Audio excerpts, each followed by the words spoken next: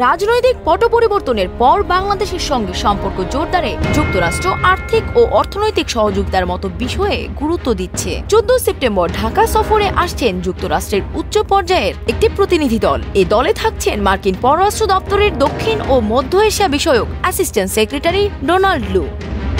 250-টিরও বেশি design option নিয়ে Walton smart fridge, বোঝে আপনার প্রয়োজন।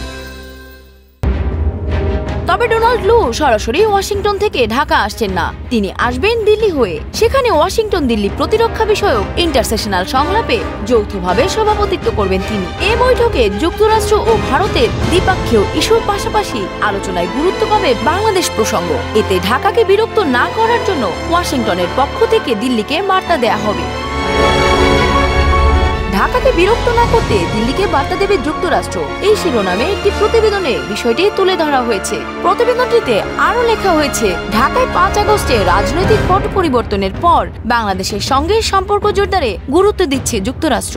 তারা চাচ্ছে বাংলাদেশ যেন ঘুরে দাঁড়ায়। তাই বাংলাদেশের বর্তমান সংকট উত্তরণের চাহিদাগুলো জানতে চাইবে ওয়াশিংটন। একই সঙ্গে বিষয়গুলোতে সামনের দিনে কিভাবে সহযোগিতা করা যায় তা নিয়েও আলোচনা করবে বাংলাদেশ ও যুক্তরাষ্ট্র।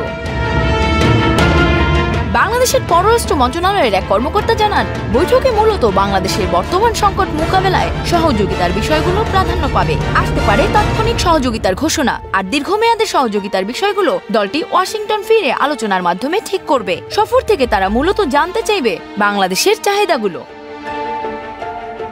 সংযুক্তা শুভ্রা, দেশ রূপান্তর।